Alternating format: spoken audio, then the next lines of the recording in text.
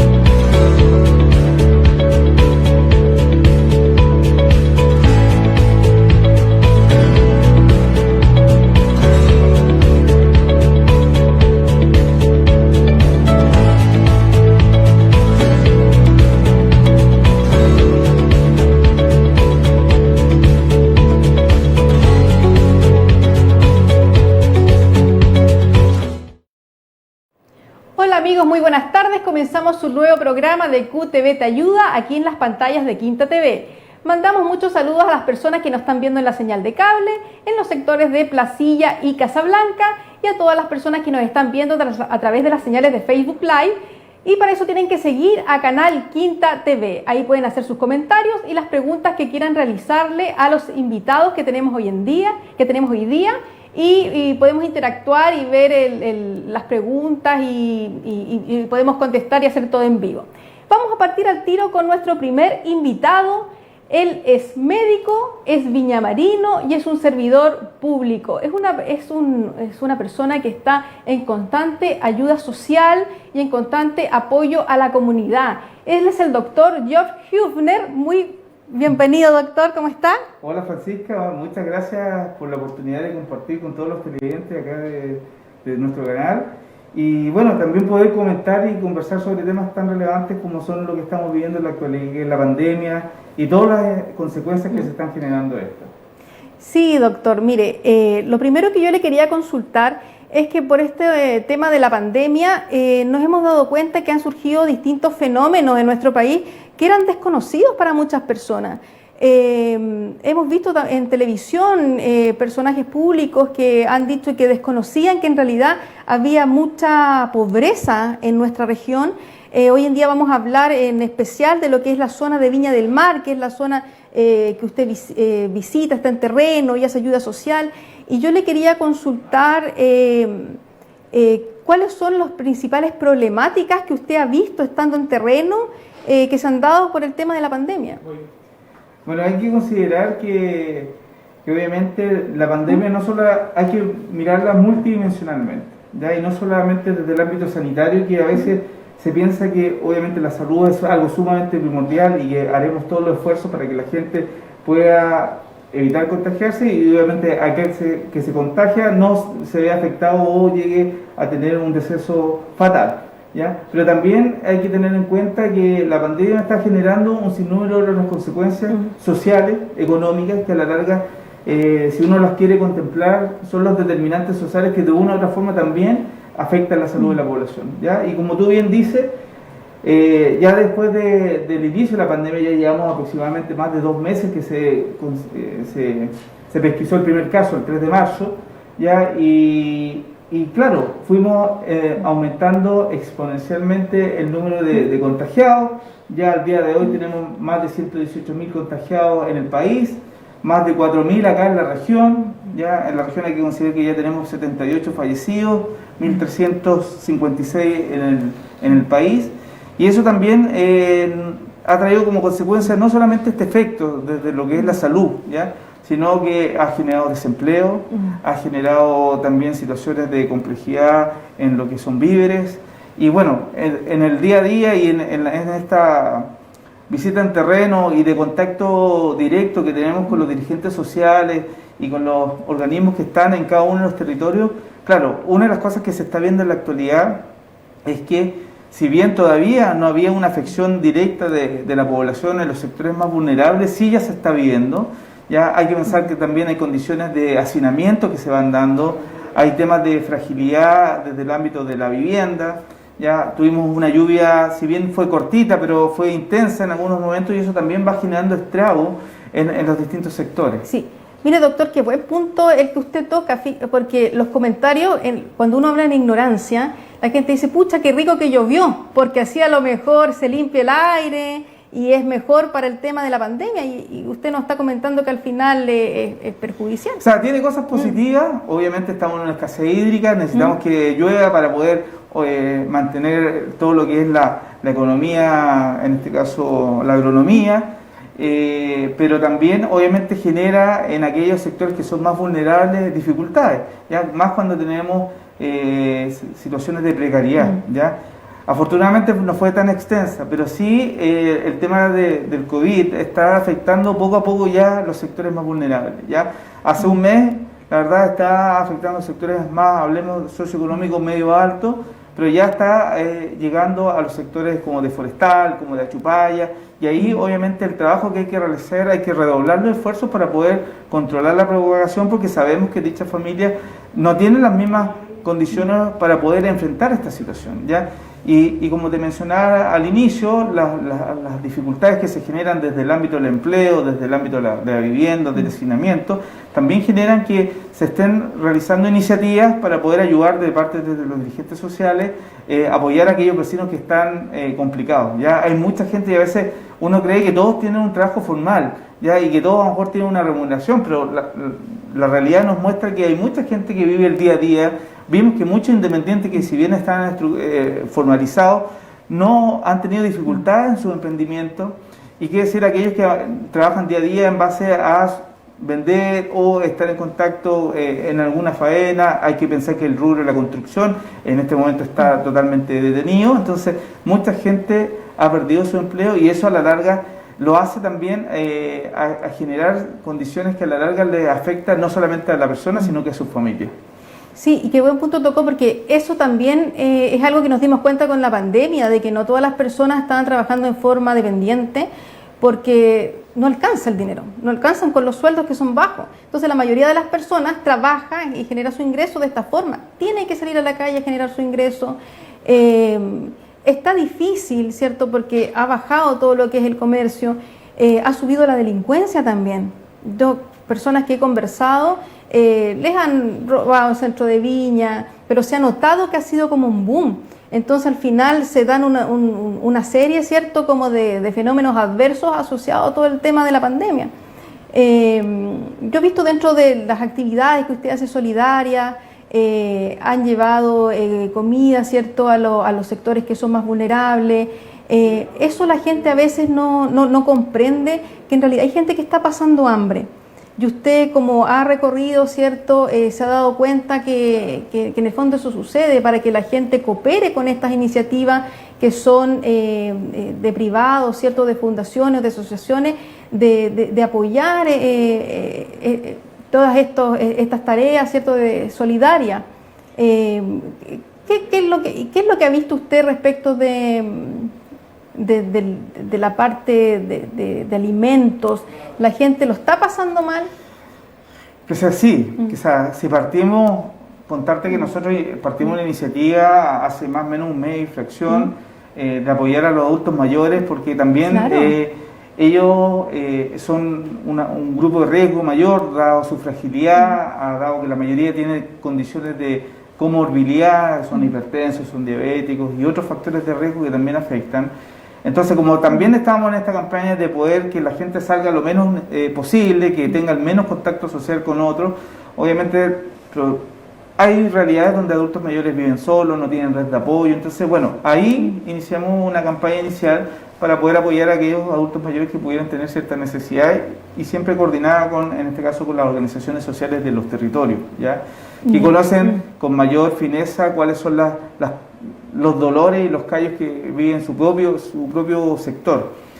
Pero con el pasar del tiempo también empezaron a aparecer lo que se llaman comedores comunitarios, ollas comunes, ya donde los mismos vecinos se empezaron a organizar para poder, en este caso, apoyar a aquellos que estaban viviendo las consecuencias asociadas a que perdían el empleo, que obviamente hay que pensar que desde el rubro del turismo, desde el rubro gastronómico, desde el rubro de la construcción, se ha visto afectado sumamente fuerte en nuestra ciudad.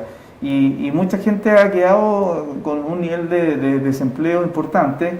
La gente que obviamente vivía en el día a día no puede ejercer de buena forma su labor. Y eso ha generado iniciativas por parte de diferentes organizaciones, principalmente juntas de vecinos. Ya hay instituciones religiosas que también he observado que han sumado en estas campañas de apoyo. Y ahí está el llamado a la solidaridad, de que todos podemos entregar a lo mejor un granito más.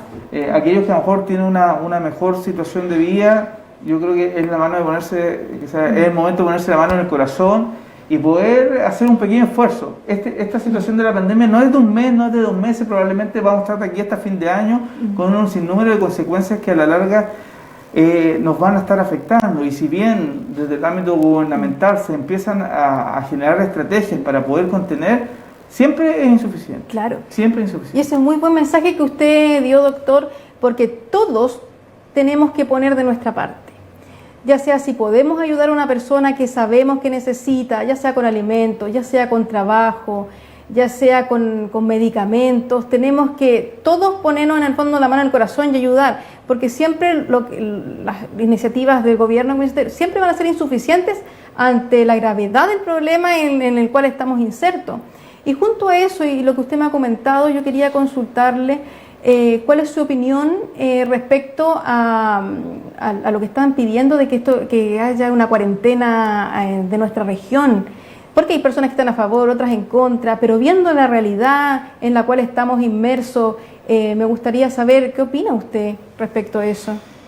Mira, siempre es difícil tomar una decisión de esas características, ¿ya? Hemos visto que ya llevamos un par de semanas en la región metropolitana donde se fueron de manera dinámica, generando cuarentenas en algunas comunas hasta ya el cierre total de lo que es la región. Sin lugar a duda, Valparaíso es una región que tiene un número importante de contagiados que se ha ido generando y nunca es descartable, ¿ya? Yo siento que si bien la cuarentena tiene un efecto positivo, también hay que medir todas las consecuencias que se generan, ¿ya? No solamente desde el ámbito de la salud, que puede tener un efecto positivo, sino que todas las otras determinantes que hemos conversado, porque a la larga, si la gente no tiene que comer, va a salir igual, no va a tomar a lo mejor las precauciones y por ende va a ser un agente de contagiante que va probablemente también a generar propagación. Por eso, en ese sentido, si bien la cuarentena es un elemento que no se puede descartar, ¿ya? Porque yo creo que eso es sumamente importante, hay que tener sumamente claro cuáles son las medidas de mitigación que se van a tomar para poder apoyar los efectos que genera una cuarentena, ¿ya? Y por eso, acá el primer llamado que quiero hacer a todos los televidentes a la responsabilidad individual de cada uno, ¿ya? Si tú por ese motivo no tienes que salir a hacer nada, o estás en la casa, o estás al cuidado de un familiar y no tienes que salir, evita hacerlo. Si por ese motivo obviamente tú eres la fuente laboral y tienes que hacer, toma el máximo de precauciones. Me ha tocado ver, y eso no solamente con personas que a veces vienen desde afuera, que a veces culpamos a los que vienen desde la región metropolitana, sino que también este es un llamado a que todos, en este caso los viñamarinos, la gente que vive en la región, también tome esto como algo sumamente responsable. Yo creo que nadie toma la magnitud de la situación hasta que se ve afectado directamente o indirectamente con un ser querido, con un familiar, con un vecino. Y créeme que cuando ya esto está pasando, que vecinos se están viendo afectados, recién uno empieza a tomar conciencia. Y eso puede hacer que obviamente las medidas que se hayan generado sean tardías. ¿Ya?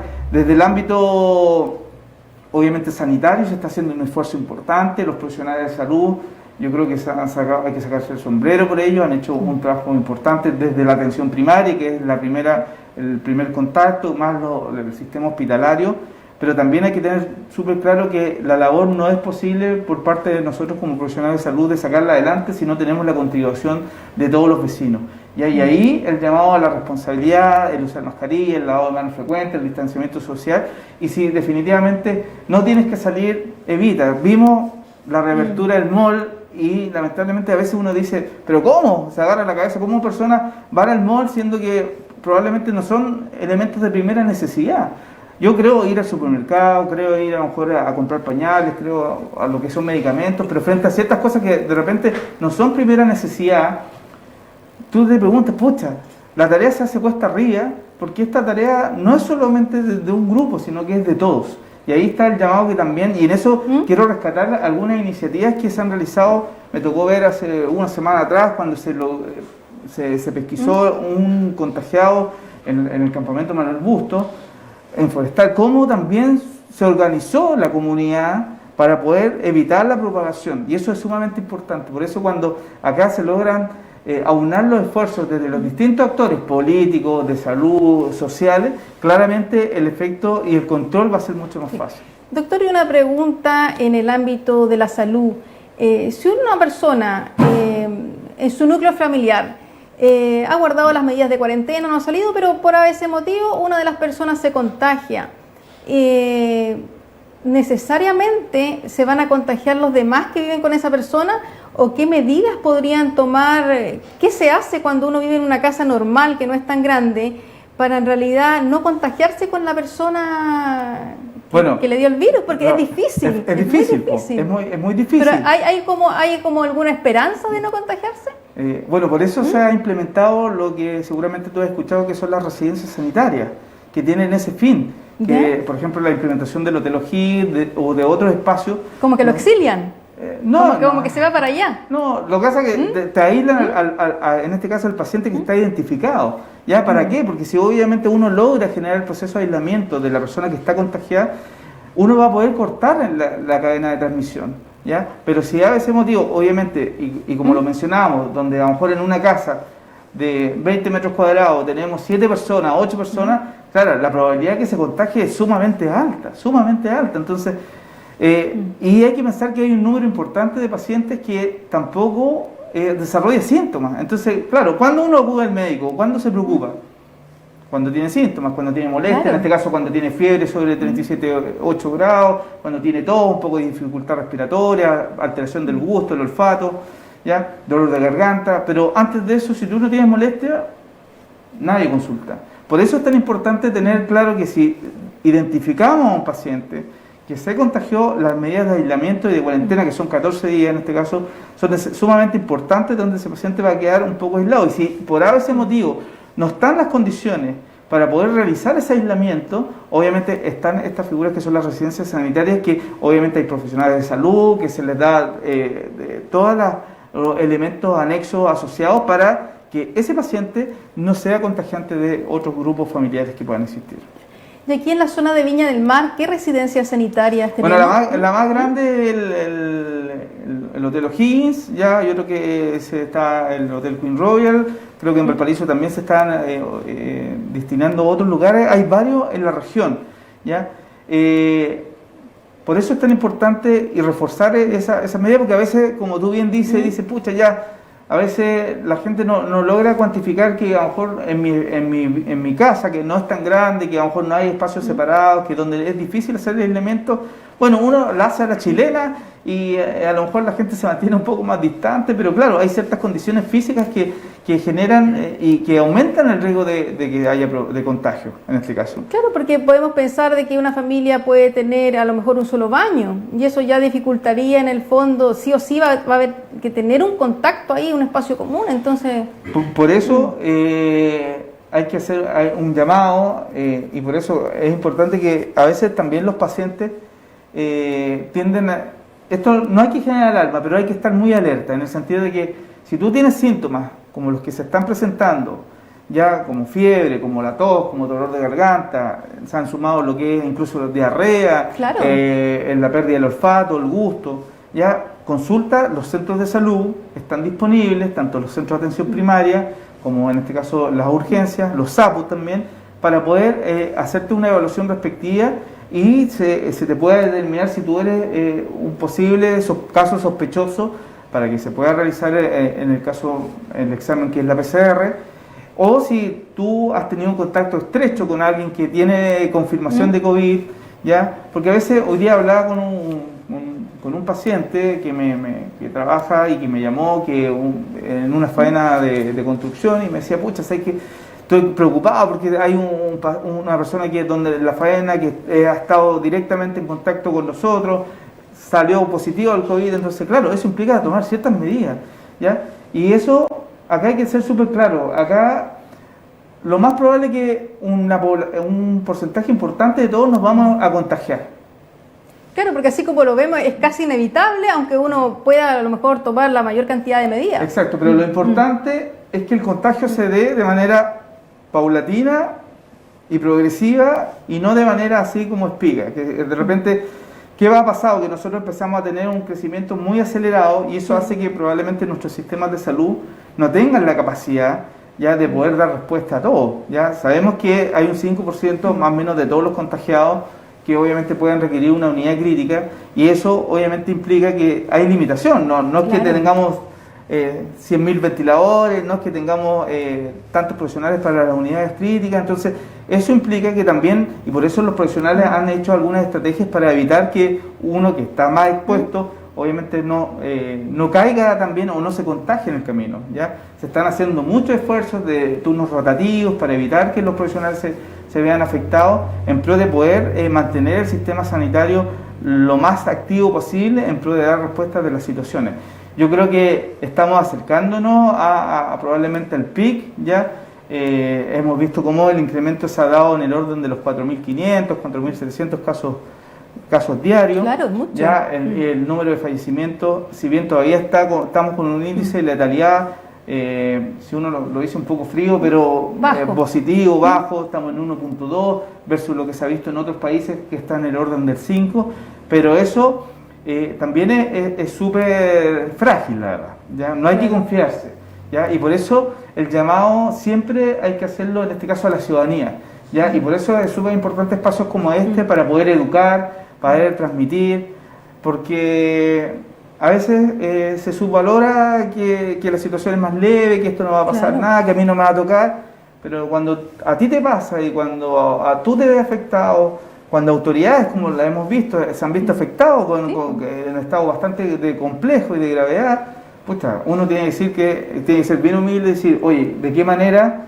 soy responsable no solamente conmigo, sino que soy responsable con el entorno de donde yo participo? Y eso yo creo que es el llamado que quiero dejar sumamente claro, que aquí, para que nosotros podamos sobrellevar esta pandemia y que todos los efectos que se están generando y las consecuencias que están generando desde el ámbito social, desde el ámbito económico, obviamente tenemos que ser responsables, o si no, esto nos va a generar, yo decía antes del programa que esto es peor que un terremoto, la verdad, porque el terremoto duró 1 minuto, 2 minutos, sufrieron muchas personas, a lo mejor hubo tsunami o no, pero acá estamos con una incertidumbre que también está generando otros efectos desde la salud mental y otras cosas que a la larga generan el confinamiento. Porque no tenemos claro a quién ataca, las personas, unas tienen síntomas, otras no, mueren personas ancianas, pero también mueren jóvenes, entonces no tenemos claro en el fondo el escenario.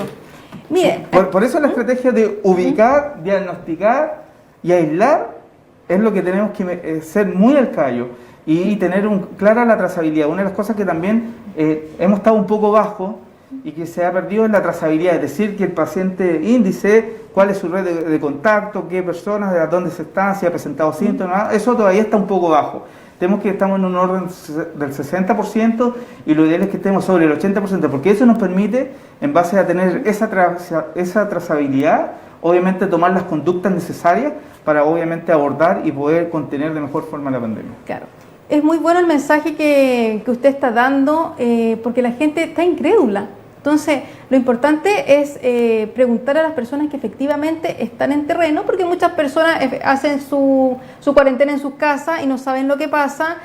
Otras personas que sí salen a la calle y dicen yo no conozco ningún enfermo. Entonces, es muy importante que usted como profesional de la salud, como persona que está en contacto frecuente con la comunidad, pueda explicar que en realidad hay gente enferma, que en realidad hay gente que no tiene las condiciones para mantener un aislamiento adecuado y la única forma que podemos hacer nosotros para que esto disminuya es ser responsable cada uno con su familia. Y voy a leer un comentario, porque aquí la gente opina. Dice, en el centro de Viña se ve la gente como si nada pasara. Muchos comerciantes ambulantes y muchos de ellos vendiendo alimentos. Nadie hace nada. Además le preocupa que la mayoría de los transeúntes son de tercera edad. Efectivamente es así. Sí, pues, bueno, yo te di el ejemplo del mall, pero efectivamente en las calles más transitadas de la ciudad, ves este tipo de situaciones. Y ahí obviamente también está el llamado a que las autoridades que tienen que hacer un proceso de fiscalización, de control, ya de también ser criteriosos, ya en el sentido de que logremos educar a la población que si esto no estamos en vacaciones, no estamos en un nivel de normalidad, por ende hay mucha gente que sale, no sé, a comerse un helado a la calle diciendo que, oye, estamos en una situación compleja, uno cree y entiende ciertas situaciones, que tengas que ir a lo mejor al banco, que tengas que ir al supermercado, que tengas que ir a la farmacia. El tema de los pañales, los adultos mayores ha sido súper complejo también, ¿ya? Pero no a hacer nada. Y ese es un poco el llamado, porque tu actitud, si no es del todo responsable, puede afectar a mucha gente, ¿ya? Y esto que a la larga, si no nos ayuda a la población, va a ser difícil contener el trabajo desde los equipos de salud, por más allá del esfuerzo que se esté dando. Entonces, ese es el llamado que yo quiero transmitir a la responsabilidad. Obviamente, desde el ámbito gubernamental tiene que hacer su trabajo de potenciar este tipo de estrategias. Si por ese motivo usted no tiene las condiciones en su casa para poder hacer el aislamiento, que lo trasladen a una residencia sanitaria, porque esa acción probablemente va a ayudar y contribuir a que evitemos la propagación del contagio en muchas personas. Entonces, ahí esto hay que estar constantemente educando, y como tú bien dices, bueno, cuando voy a terreno y tengo contacto con las organizaciones sociales, también tomo todas las medidas. Uno tiene que dar el ejemplo, no puede estar diciendo algo y actuando de una manera distinta, pero también lo asesoramos, ¿ya? En el sentido de que lo asesoramos en que obviamente si hacen un comedor comunitario, obviamente no se puede hacer un comedor para que todos coman, sino que delivery, con distanciamiento más de 1 metro, con el lavado de manos con alcohol gel, con el uso de mascarillas, dependiendo del tamaño de la cocina, cuántas personas pueden estar, ¿ya? Eso lo estamos ayudando también a las organizaciones para que ellos tomen las precauciones y tampoco sean un vector en este caso, del virus. Sí. La gente teme mucho, ya hemos visto que hay gente que se ha escapado cuando le informan que tiene coronavirus, en el fondo como para mitigar un poco esos miedos. Una persona que sabe que está contagiada, ¿hay algún teléfono, algo donde se puede asesorar? ¿Dónde puede llamar esa persona? Mira, hay un sinnúmero de teléfonos que están dispuestos desde el Servicio de Salud, en este caso Viña del Mar Quillota, Valparaíso San Antonio, el Servicio de Aconcagua. Los centros de salud también de atención primaria tienen dispuestos los teléfonos. Es cosa de poder buscar, a lo mejor yo podría a través de mi red social publicar y que la gente nos pueda seguir y tener información más detalle. No tengo un número porque son muchos, ¿ya? Pero sí, claramente existen canales donde la gente puede consultar, ¿ya? Y si usted tiene dudas y usted cree que puede ser un foco de contagio y cree que puede estar contagiada de coronavirus, la verdad es preferible que se acerque a las unidades, ya sea los SAPU, los CEFAM, o en este caso a la urgencia, para que se pueda hacer el examen respectivo y el chequeo, ¿ya?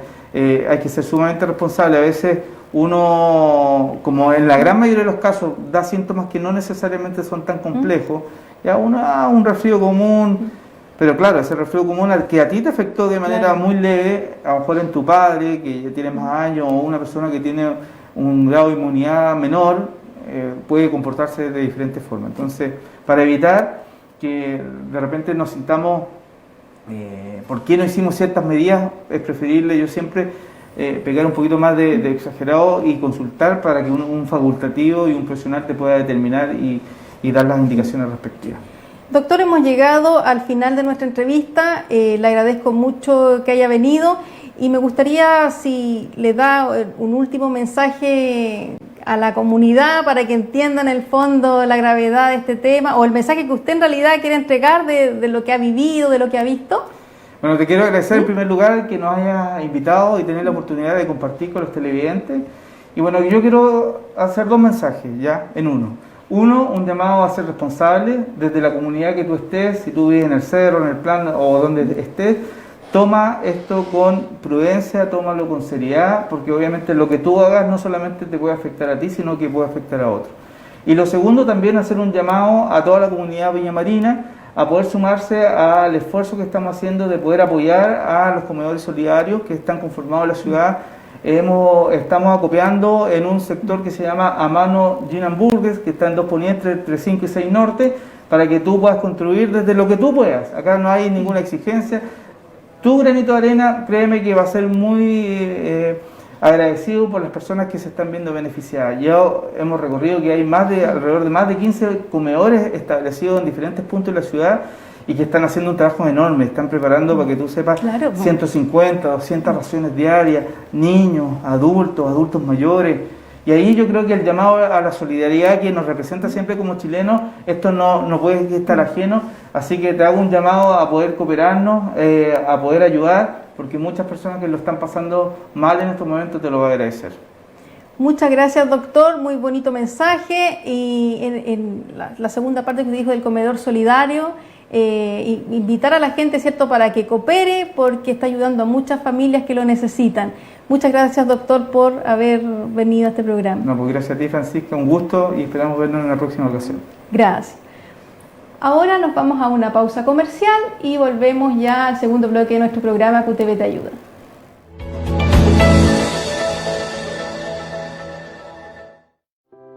Sigue con nosotros, ya volvemos.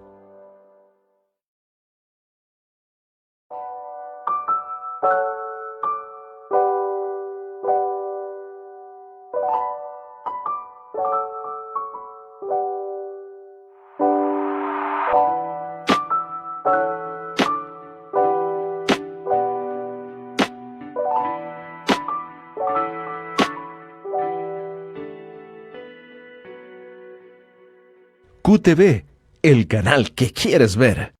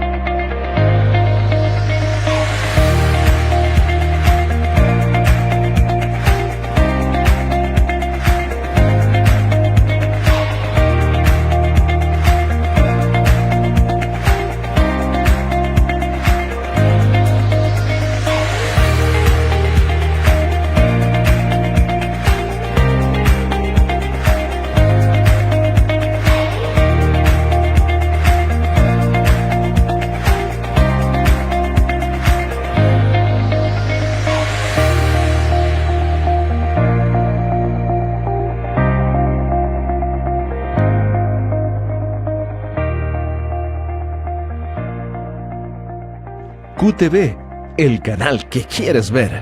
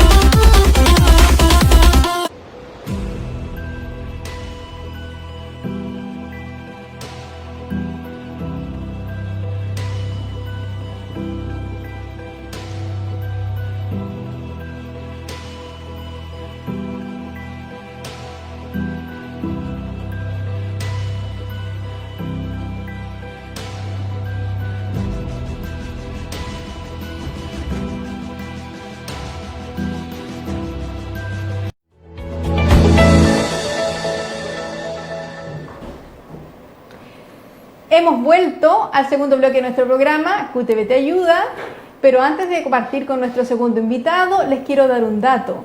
El dato es de la mejor agua purificada. Esta es agua pura Sole. Tienen un bidón y un dispensador de 20 litros de agua a 13.500 pesos. La recarga tiene un valor de 2.800 pesos. Lo mejor de todo es que el despacho es gratuito. Donde pueden ubicar a Agua Pura Sole a través de su Facebook, Sole Agua Pura. El bidón de 20 litros más dispensador tiene un valor de 13.500 pesos. Y el WhatsApp es el más 569-8690-8314, tal cual como sale en sus pantallas. Así que si de agua purificada se trata, libre de sodio, tiene que llamar a Agua Pura Sole, la mejor agua purificada. Ahora vamos a pasar un tema que me alegra mucho porque siempre estamos criticando las leyes, siempre estamos criticando, ¿cierto?, que no están modernas, sobre todo en temas de familia, que están atrasadas, pero el tema que vamos a hablar ahora es sobre una ley que es adecuada a la modernidad y que ha logrado, ¿cierto?, resolver problemas que se han ido arrastrando hace mucho tiempo. Estamos hablando de la Ley de Identidad de Género. Fíjese que muchas personas ni siquiera entienden el concepto de identidad de género.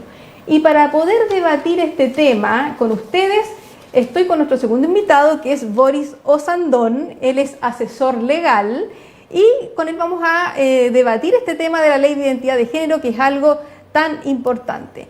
¿Cómo estás, Boris? Hola, buenas tardes, muchas gracias por la invitación. Sí, pues esa es la idea, debatir con respecto a la Ley de Identidad de Género, la que entró en vigencia, si no me equivoco, el año pasado.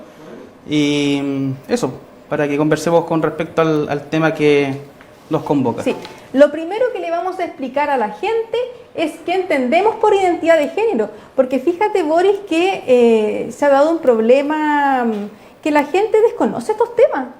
Fíjate que no entienden el concepto de identidad de género, lo confunde.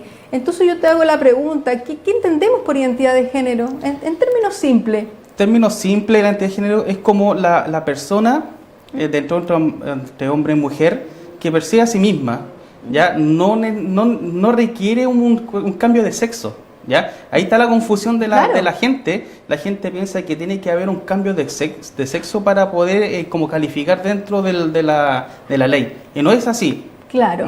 Lo primero que tenemos que entender entonces, que tenemos que explicar a las personas, que la identidad de género es la convicción que tiene cada uno de sentirse hombre o mujer. Y eso no está relacionado con la parte estética, con la parte corporal. Exacto. Es decir, yo puedo tener un cuerpo de mujer y me puedo sentir hombre. Exactamente. Y la ley hoy en día va a respetar esa identidad, de yo sentirme en el fondo como yo me siento. Y eso es un avance muy importante. ¿Y por qué te lo voy a preguntar? ¿Por qué es un avance? Porque tú que tienes y has trabajado en materias penales, te has dado cuenta de que se han formado unas injusticias y cosas feas, y te quiero preguntar exactamente qué es lo que ha pasado cuando se ha tomado detenida a una persona, ¿cierto?, que tiene sexo masculino, físicamente sexo masculino, pero su mente es el de una mujer. ¿Qué es lo que ha pasado con esa persona y qué es lo que pasa ahora gracias a esta ley? Sí, antes de esta ley era muy complejo el tema de cuando una persona, como dices tú, es, por ejemplo, se siente mujer y es hombre. No hay una diferencia en sí en lo que son los centros penitenciarios, ¿ya? O sea, prácticamente quedaban a la deriva. O sea, prácticamente si eres hombre, te mandaban al calabozo del hombre, ¿ya? No había ninguna diferencia, pero gracias a esta ley, supuestamente Gendarmería de Chile adoptó nuevos protocolos a nivel nacional, ¿ya? Por lo cual se está respetando esta identidad nueva de género, ¿ya? Anteriormente era muy complicado no se respetara. Claro, y se da un problema terrible. Imagínate una persona que se siente mujer, es como poner a una mujer en una cárcel de hombres. Exactamente. Lo que se traduce en un sufrimiento innecesario para esa persona privada de libertad. Sufrimiento tanto físico como claro, psicológico, un tema era complicado el tema. Gendarmería prácticamente no se complicaba, o sea, correspondía al calabozo que correspondía, no. Ahora tengo entendido que se está respetando el tema. Claro, y si no se está respetando, se tiene que hacer respetar, porque con esta nueva ley lo que hay que darle la garantía a la persona de que se le va a respetar como ella se sienta. Exacto. Y eso es lo que quiero hacer el llamado a la gente. Como en el tema de la identidad, en el tema de la identidad de género, olvidémonos de nuestro sexo físico, si somos hombre o somos mujer. Lo que importa acá es cómo nosotros nos sintamos. Si nosotros nos sentimos de un género determinado, es el género que se nos va a respetar. Exactamente, Sí. ahora justamente que existen las herramientas para poder hacer lo que tú estás diciendo a la gente, y mucha gente no lo expone por un tema de discriminación. Claro. Estamos hablando que todavía estamos envueltos en una sociedad que discrimina mucho, ¿ya? Yo creo que debe ser, para estas personas debe ser muy complicado, ¿ya? Por eso también se le pide ayuda psicológica o psiquiatra, o también ayudas a la familia, a los papás, a los familiares o amigos. Claro. Por eso también tenemos que prepararnos como sociedad. Ya que hay una ley, ya está la ley, también nosotros tenemos el deber como sociedad de respetar esta ley y entenderla, como decías tú al Claro. principio. Y para eso estamos nosotros, en el fondo, para hacerle entender a las personas de que todos somos diferentes y que todos tenemos derecho a que se nos respete como nosotros nos sentimos. Y ahora, para explicarle a estas personas que se encuentran en esta situación, en el cual no se sienten identificados con el sexo y con el nombre que aparece en sus registros identificatorios, ¿qué es lo que pueden hacer actualmente a través de esta ley? ¿Cómo yo puedo modificar el sexo y el nombre que tengo en mi partida de nacimiento, en mis registros identificatorios?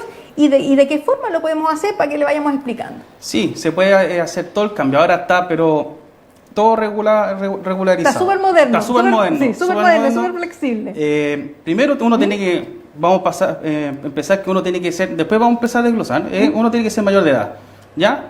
Obvio que sí, uno puede ser menor de edad, pero hay ciertos requisitos, Claro. tanto como mayor de edad y menor de edad, ¿ya? Esto se hace a través del registro civil, ¿ya? Ya. Entonces, el primer caso es la persona que es mayor de 18 años y que no se encuentre en matrimonio. Exacto. Esa persona, ¿qué procedimiento usa? Ese procedimiento, ¿cómo se llama? Va al registro civil. Va al registro civil, ¿ya? ¿Y qué es lo que hace el registro civil? Tienen que hacerlo porque todo, supuestamente, la ley dice que tiene un resguardo especial por un Claro. tema de que tiene que ser respetado lo que se está haciendo. Yo estuve leyendo con respecto a muchas personas cuando estaban haciendo el cambio de género, decían que iban a quedar muy expuestos, es decir, por ejemplo, que se iba a publicar, que iban a tener trama. Claro. Por lo mismo, volvemos al tema de la discriminación. Es un procedimiento, un proceso que es, ¿cómo se llama? Es respetuoso. Es respetuoso. Claro, la ley y todo guarda la debida reserva para esa persona. Exactamente. Tiene que serlo. Claro, ¿Ya? de hecho se especifica en la ley. ¿Mm? Entonces esa persona, para que le expliquemos a la gente, si usted está en esa situación, es mayor de 18 años y no está casado, esta persona va al registro civil y pide una hora. Exacto. Y le van a solicitar se abre una audiencia especial en la cual tiene que ir con 2 testigos. ¿Ya? Y el registro civil ¿se puede negar a esto? Por ejemplo, el registro civil, yo hago la solicitud, voy con mis testigos y todo. ¿Me puedo negar en el fondo a esta...? No, el oficial de registro civil no se puede negar, a menos que tenga un problema con los testigos. Claro, que tenga ¿Ya? un problema de forma. Exactamente, el registro civil no se puede negar este trámite, ¿ya? Sí, por ejemplo, si el testigo es menor de edad, Claro. o no cumple con los requisitos que la ley lo exige, ¿ya? Ahí podría decir, no es que te lo rechace, te puede rechazar el tema de decir, ¿sabe qué? Tiene que traer otro testigo y seguimos con el procedimiento, pero no es que te digan, no se puede hacer. Claro. ¿Ya? Entonces, lo primero, el que es lo más simple, le explicamos a la gente de que si usted quiere cambiar el sexo y el nombre que sale en su partida de nacimiento y usted tiene la convicción y conoce los efectos jurídicos de eso, puede hacerlo a través de una solicitud que presenta en el registro civil. Miren, no pasa por tribunal, ojo con eso. El segundo grupo, y es el tema de los menores que van entre los 14 y los 18 años, porque generalmente las transiciones de las personas cuando se dan cuenta que no quieren, que no coinciden con su sexo biológico, se dan como en la edad de la adolescencia. Exacto. ¿Eso se puede hacer? También se puede hacer, también se hace en el registro civil, ¿ya? Pero también tiene que ser una persona que esté habilitada. Es decir, tampoco no puede tener vicios en ese sentido, ¿ya? Tiene que tener testigos. Es casi prácticamente o autorización de los padres o el tutor que está a cargo del menor. Claro, pero aquí vamos a la justicia de familia, como al ser menor de edad. Exacto. Claro, vamos a la justicia de familia.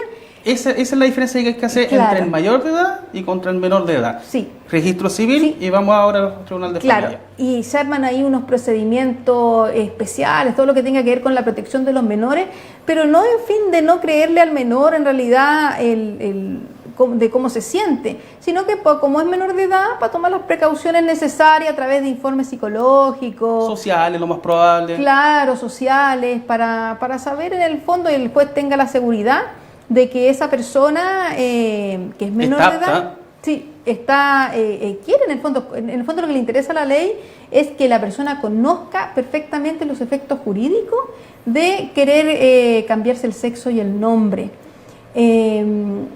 Lo más importante en este tema, para que tú le puedas explicar a la gente, es que estos menores siempre dentro de estos procedimientos tienen el derecho a ser oídos.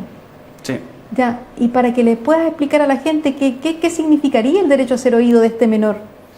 Por lo mismo está el Tribunal de Familia, interviene ahí el Tribunal de Familia también, porque el Tribunal de Familia tiene la herramienta suficiente para poder acoger a ese menor de edad, tanto como escucharlo, como el tema social, los psicólogos pertinentes, asistentes sociales lo más probable, y eso, por ejemplo, ya el menor ya está haciendo valer sus derechos, está siendo oído. Y también hablemos del tema de los plazos, porque la gente piensa que es un tema de que no, se demora 5 años, 2 años, no es una cosa que ya no. Sino claro, en el primer grupo exacto. Hay un plazo. ¿Cuánto tiene? El registro civil. Claro, el registro civil. ¿Cuánto se tiene para el oficial del registro civil tiene hasta 45 días hábiles para hacer la inscripción. O sea, para que esto ya esté con el claro, tema. Y todo tiene que estar acorde en sus instrumentos nuevos, a su fotografía. Sí, viene fotografía nueva, nombre nuevo, el asunto del nacimiento también, la partida de nacimiento también cambia. Es como todo.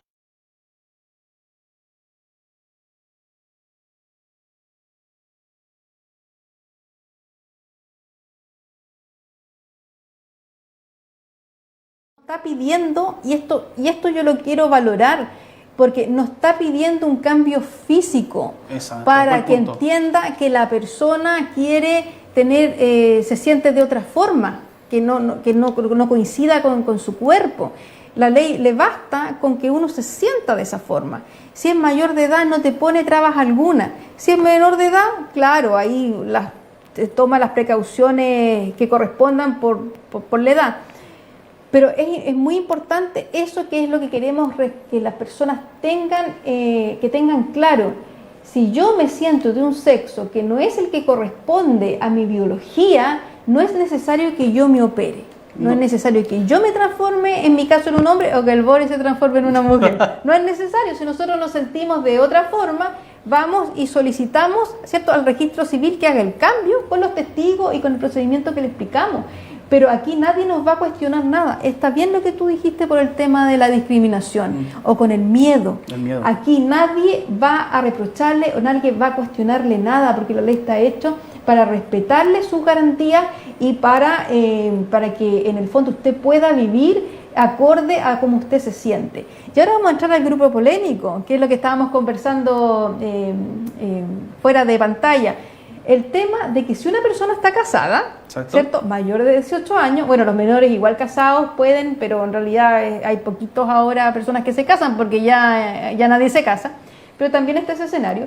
Pero las personas que están casadas también pueden pedir el cambio de identidad de género. Aquí viene el punto importante que seas tú. Ya, ¿cómo yo, si estoy casado, cómo lo solicito? Realmente hay que solicitarlo a través del tribunal. Claro. ¿Ya? Esto es como un divorcio, ¿no?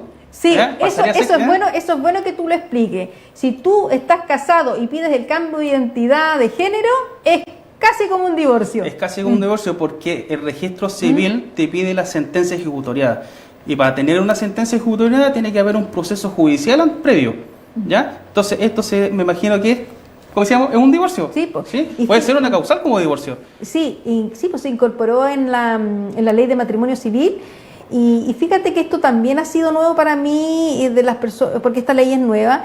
Y lo que queremos es explicar que si usted se casó y se siente que tiene otro, que se identifica con el otro género, usted puede pedir, hace la solicitud en el Tribunal de Familia, ¿ya? Y en esa solicitud que hace en el Tribunal de Familia puede ser en cualquiera de los domicilios, ya sea de su cónyuge o en el suyo. ¿Y qué es lo importante acá? Que es muy similar a un divorcio, en el sentido de que a usted no le pueden negar que si usted se siente hombre o mujer, porque eso es un derecho que está garantizado en esta ley y es una garantía que tenemos. Pero ¿qué es lo que va a pasar? Obviamente usted no puede seguir casada con esta persona, y fíjate que a esa persona, Boris, le dan derecho a pedir compensación económica. Eso es lo importante. De hecho, es como un divorcio. Es como un divorcio. Es un divorcio, ¿sí? Porque de hecho exige lo mismo que es una audiencia de divorcio. Insisto, registro civil pide la sentencia ejecutoriada y ahí hace el proceso de, por ejemplo, el cambio de nombre, todo lo que te explicamos atrás, la foto, el acta, o sea, la partida de nacimiento, etcétera. Y como tú dices, tú también pide compensación económica. Claro, y dentro de este mismo proceso de cambio de identidad de género realizado por una persona casada, se decreta el divorcio, Exacto. Se disuelve, Sí. Es decir, tú puedes partir solicitando este tema y automáticamente te divorcia. Entonces ahí pasamos al tiro, nos saltamos todos los requisitos que conocemos respecto del divorcio. Exactamente. Oiga, y otro punto importante mencionar, que aquí ya en la región ya se están haciendo estos trámites para que la gente tenga en claro. Por ejemplo, Quintero ha tenido 2 sentencias favorables a las personas que solicitaron el tema para el cambio de sexo. Uno con el 15 de mayo de 2019 y el otro con el 10 de julio de 2019. ¿Esas personas habrán sido menores de edad? No, ninguna pertenece a menor de edad. Pues tendría que haber sido a lo mejor una persona casada. Casada, lo más probable. Mira. Y los dos requerimientos con fechas distintas fueron acogidas por el tribunal, y el tribunal ofició a registro civil para hacer el trámite que correspondía. Mira, así que ¿habrán sido alguna de las primeras sentencias? Sí, son una de las primeras. De hecho, el 15 de mayo de 2019 es una de las primeras. Que fue aquí en la región. Sí. Fue en Quintero. El juzgado de garantía y letra. Es un saludo para los funcionarios del Tribunal de Quintero, que me ha tocado mucho tramitar por esos lados, y me alegra mucho que una de las primeras sentencias positivas, relativas y modernas, lo que tiene que ver con la identidad de género, haya salido de esa zona. Sí, en la última sentencia, o sea, la que puede rescatar, la 10 de julio de 2019, la persona que solicitó este trámite a través del juzgado de letra y garantías de Quintero, estaba sufriendo menoscabo mental. Ahí volvemos al tema, nuevamente al de inicio, de que también es muy fuerte la discriminación a la gente, y estos trámites me imagino que no lo hacen porque les debe complicar, tanto como familiar o el entorno como sociedad. Insistir, la ley está, pero también nosotros como personas, como ciudadanos, tenemos que adaptarnos a esta ley, el tema social.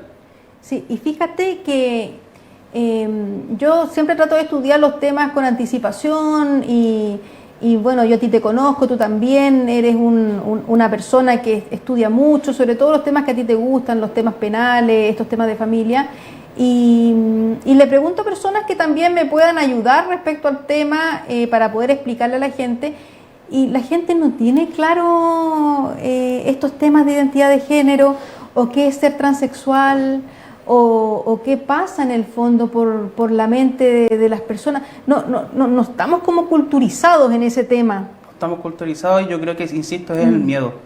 El miedo de lanzarse a la piscina, como se dice vulgarmente, pero yo creo que deben empezar a tomar ya conciencia de este tema.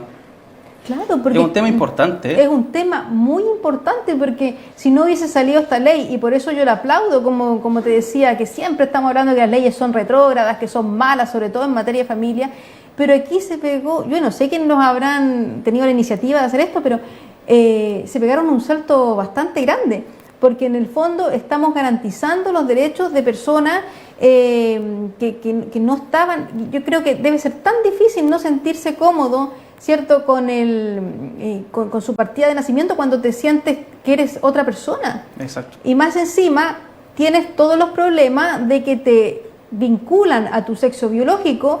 Tenemos problemas carcelarios, cuando en el fondo eso ya pasa a ser para mí una tortura para una persona. Si tú te sientes mujer pero tienes cuerpo de hombre y te toman y te dejan detenido y te mandan a la cárcel, eso es una tortura para una persona. Es una tortura, es un tema. Aquí nosotros estamos sentados, podemos hablar media hora de este tema, pero es un tema para largo, es un tema que realmente se puede sentar fácilmente en una mesa, hacer sobremesa y conversarlo en la familia. Es el punto también importante, educar a nuestra familia, a nuestros sobrinos, nuestros hijos, porque también depende de nosotros. Y a la gente que está viviendo este tema y si realmente está complicada, pida ayuda, converse con las personas que realmente sientan que las pueden escuchar. Siempre va a haber un amigo, un familiar, un psicólogo, un psiquiatra que ya un poquito más arriba, pero pidan ayuda. Claro, no, y hay fundaciones también. Hay fundaciones también. De hecho, en el tema de los menores de edad, pide que la persona haya asistido a un programa de acompañamiento. Es decir, ese niño, antes de haber pasado antes de iniciar la acción judicial junto a sus papás, porque él necesita que sus representantes legales lo apoyen en esto, tuvo que pasar a un programa de acompañamiento en el cual estas fundaciones que son autorizadas lo ayudan a él para entender si efectivamente, si lo que le interesa a la ley es que la persona entienda los efectos jurídicos de lo que está haciendo. Exactamente. Y cuando pasa todo ese filtro y pasamos por estas fundaciones y ahí nadie le va a negar su derecho en el fondo a poder rectificar. Lo otro importante que le tenemos que decir a la gente es que posee este derecho por 2 veces. Ya, 2 veces tiene derecho a cambiar el sexo y el nombre de su partida de nacimiento.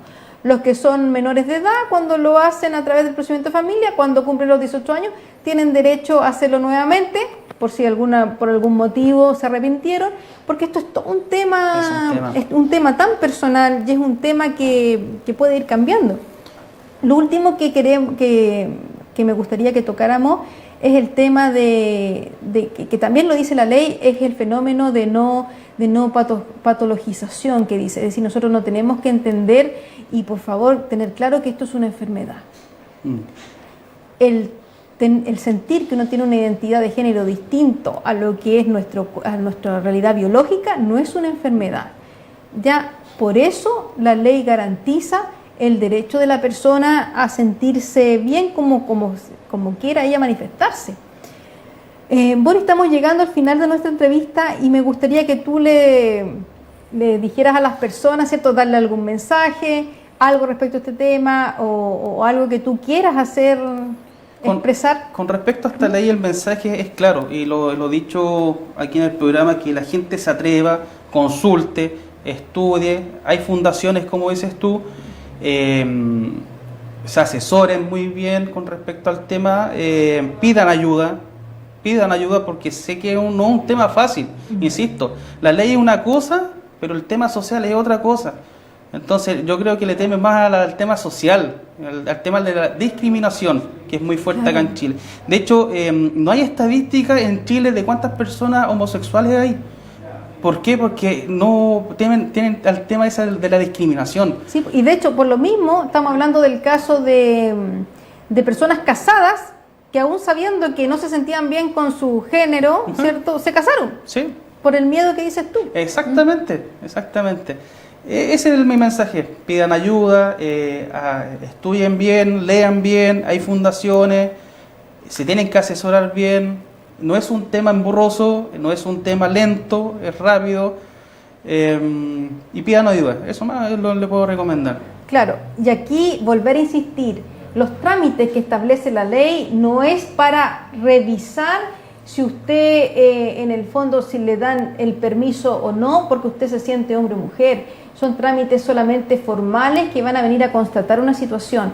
Solamente en el caso del registro civil, va a poder rechazar una solicitud en forma fundada si hay problemas de forma. Respecto si usted llevó, como dijo Boris, testigos inhábiles, o usted se equivocó en el nombre de pila, o no presentó la solicitud correctamente, o estaba casado y no le correspondía ese procedimiento.